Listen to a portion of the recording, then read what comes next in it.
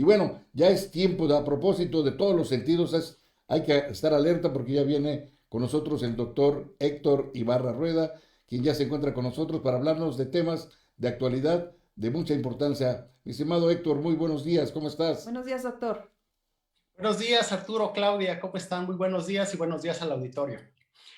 Bueno, el día de hoy es inevitable hablar del tema de la conmemoración del Día Internacional de la Mujer del 8 de marzo de esta semana, donde, bueno, vimos una serie de movilizaciones a nivel nacional en diversas ciudades del país, la principal movilización en la Ciudad de México, aunque hubo también movilizaciones importantes en diferentes ciudades del país. Y bueno, yo lo voy a ver desde el punto de vista que me corresponde, desde la ciencia política, y bueno, voy a más o menos a esbozar algunos temas que plantea este movimiento y de los posibles escenarios a los que puede arribar tanto en el corto plazo como en el mediano y largo plazos.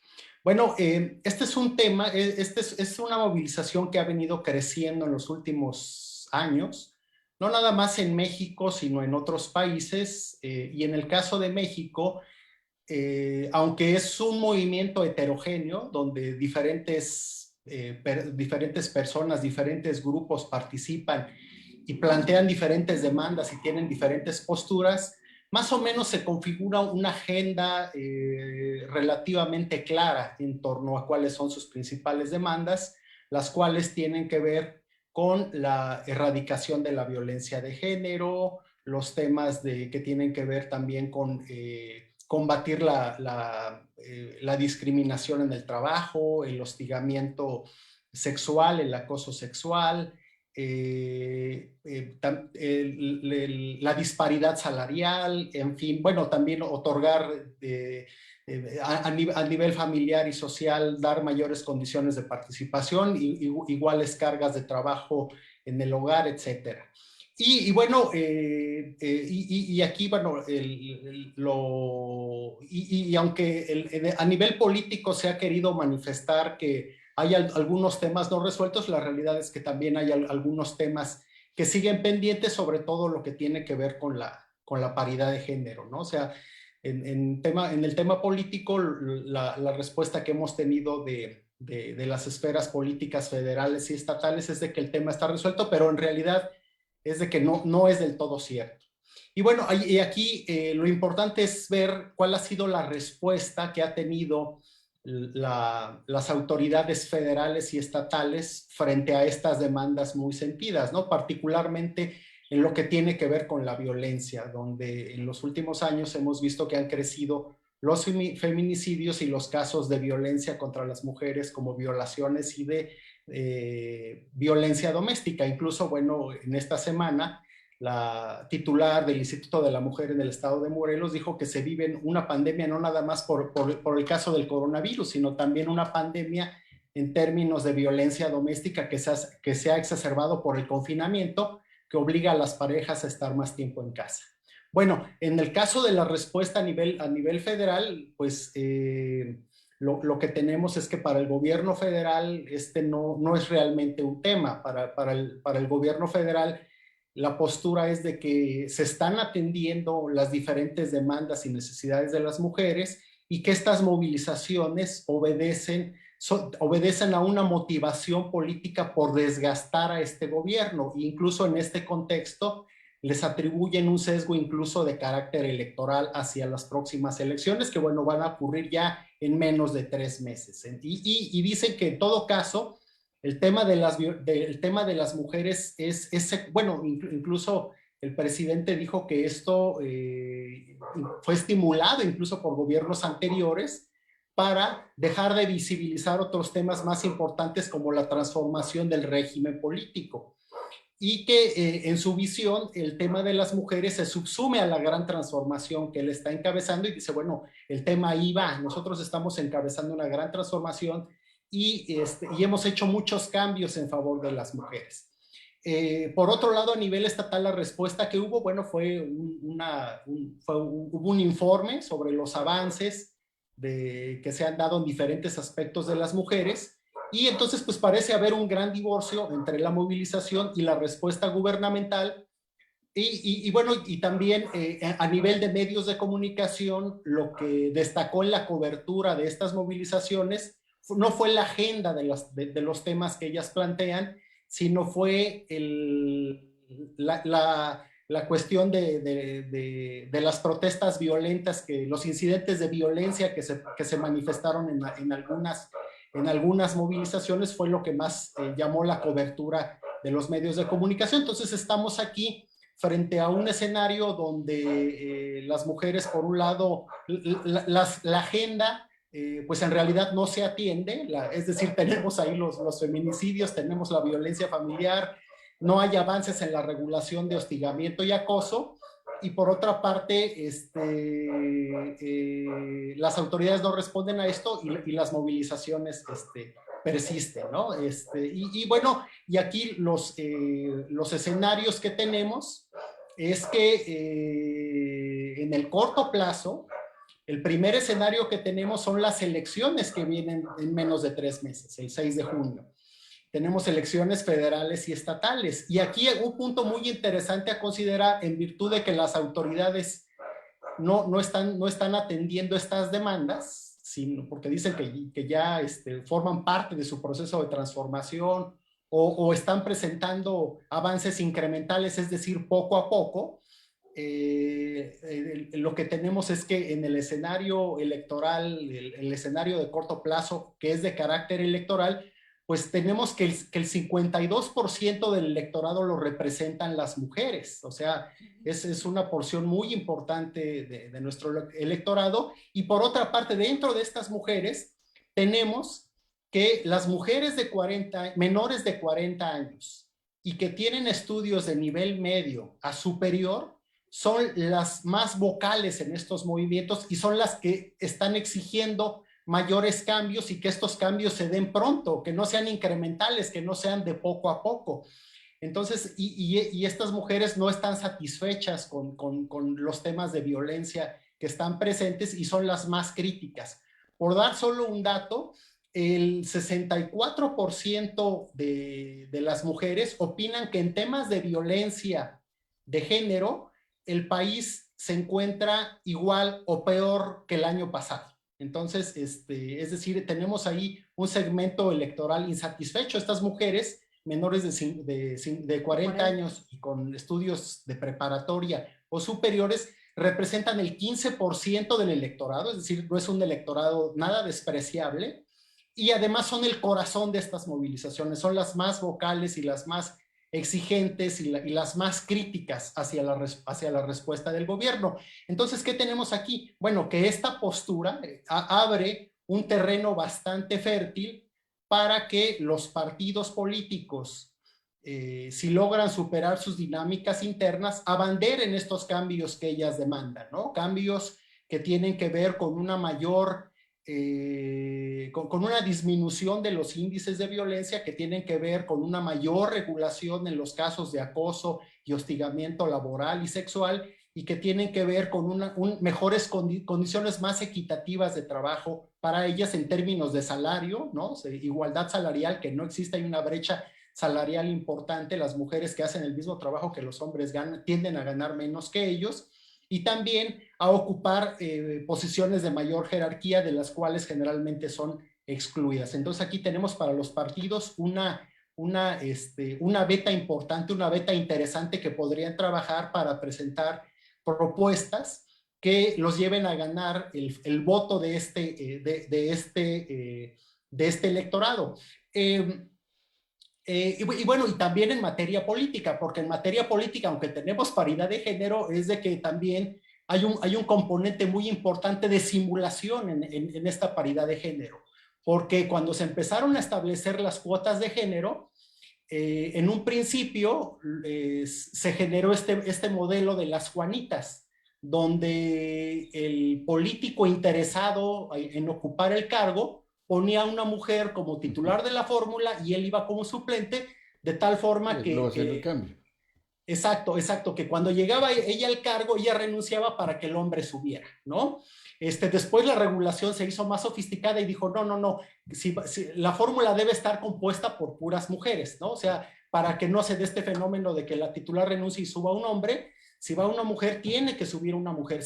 Entonces, pero ahora ese modelo también se ha pervertido en algunos casos, ¿no?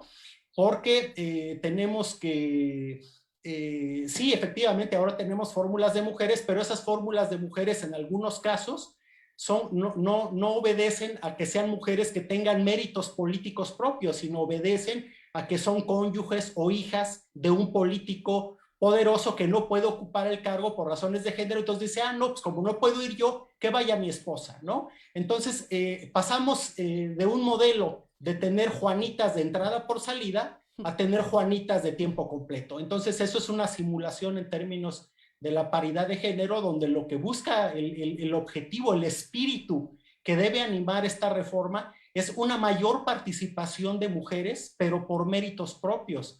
No que vivan a la sombra, no que detrás de cada mujer, así como se dice que detrás de cada gran hombre hay una gran mujer, lo que no queremos en política es que detrás de una mujer haya la sombra de un cacique o la sombra de un aprendiz de cacique. Entonces ese también es solo marionetas, ¿no? Claro, claro, exactamente. Y en el mediano plazo, bueno, esos son los retos que hay en el corto plazo. Sin embargo, son retos difíciles de asimilar por parte de los partidos políticos, porque por una parte, de las principales configuraciones políticas que tenemos, resulta que uno de los temas más sentidos para segmentos importantes de mujeres tiene que ver con la despenalización del aborto, y este es un tema divisivo en las coaliciones que existen en los partidos. Por ejemplo, en esta coalición PRI, PAN, PRD, tenemos que el segmento del PRD, que el PRD y algún segmento del PRI están a favor de esta despenalización, pero no así el PAN. Entonces ahí es un elemento divisivo, lo cual complicaría, por ejemplo, este tipo de temas que entraran en sus agendas electorales. Y en Morena también, como la principal fuerza política, también este tema es tema divisivo, aunque dentro de Morena hay sectores progresistas que demandan la despenalización del aborto. También hay otros segmentos que son más conservadores dentro del propio partido y dentro de sus aliados, como es el partido Encuentro Solidario, que tienen una posición más conservadora en ese aspecto o más pragmática, donde dicen no hay que entrarle a este tema porque este tema nos puede restar votos o nos puede restar ciertas preferencias del electorado. Entonces también allí es un tema que es difícil que entre, y también tenemos, bueno, posiciones políticas de algunos candidatos que pues, o sea, tienen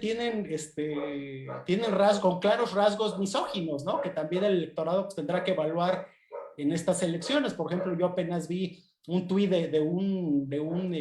ahora en esta semana, donde un candidato se dolía de que también había casos de violencia psicológica de mujeres frustradas. Entonces dices, bueno, este hombre no tiene la idea de que pues no hay comparación en la magnitud de los fenómenos que están denunciando las mujeres, que violadas, asesinadas, con la magnitud de casos que puede haber como estos que le preocupan mucho a este candidato, ¿no?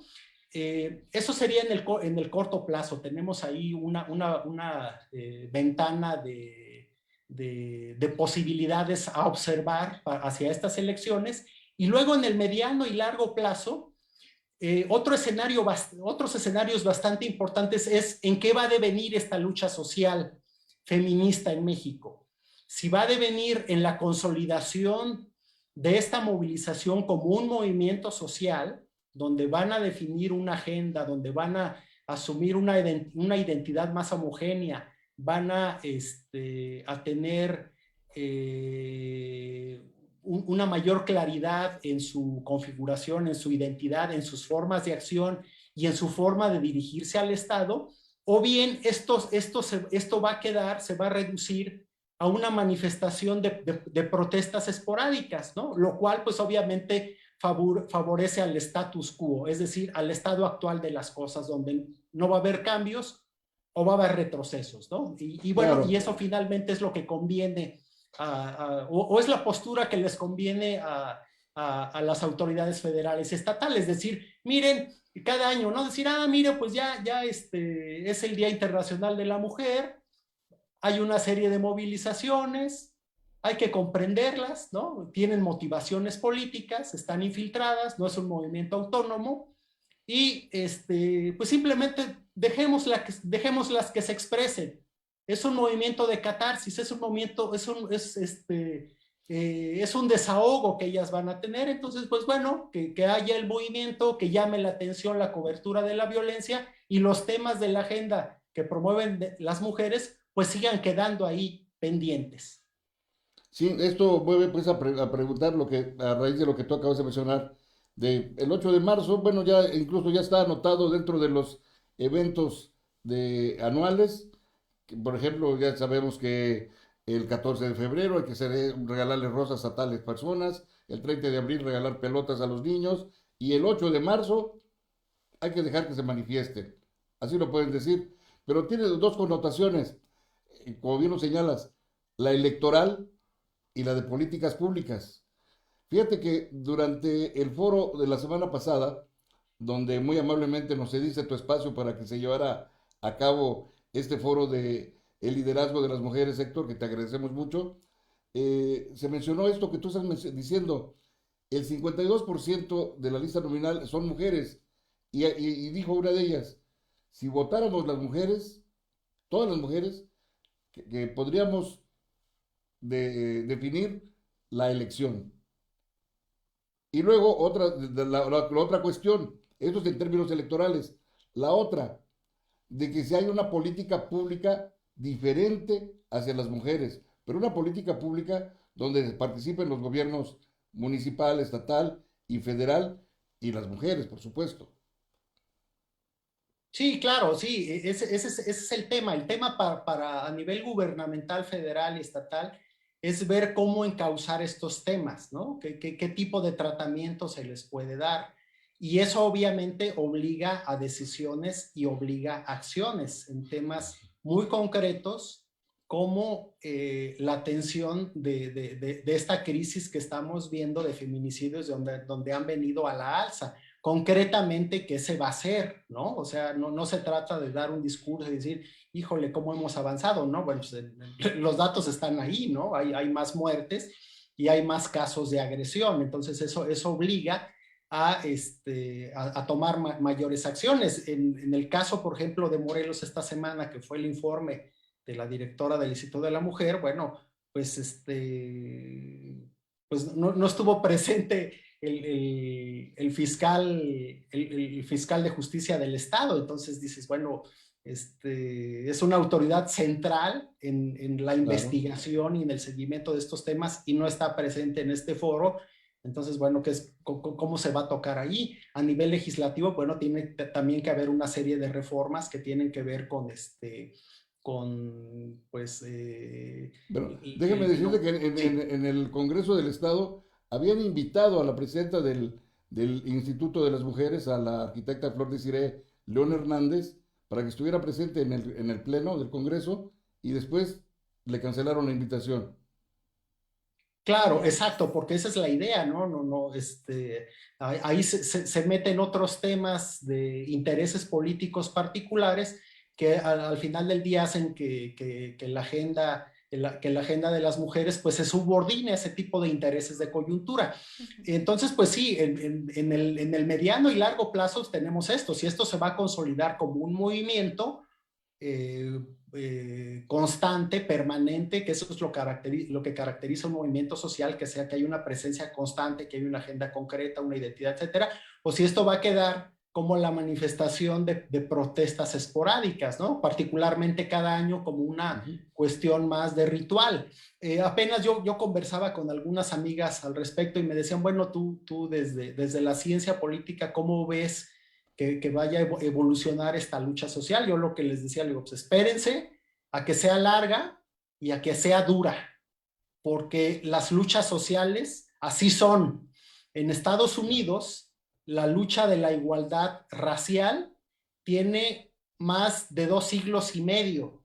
Ha costado muchas vidas y ha tenido avances y retrocesos. Bueno, de hecho, la última fue el avance político que hubo con la elección de Barack Obama, un afroamericano que llegó a Afroamericano. la presidencia en el 2008, pero que después hubo una reacción, una contrarreacción de las minorías blancas e impusieron un gobierno racista y discriminatorio en la persona de Donald Trump. Entonces, la lucha allí está presente. Entonces, en el caso de las mujeres, pues seguramente va a ser una lucha larga y dura, donde seguiremos enfrentando una serie de resistencias como las que estamos observando actualmente.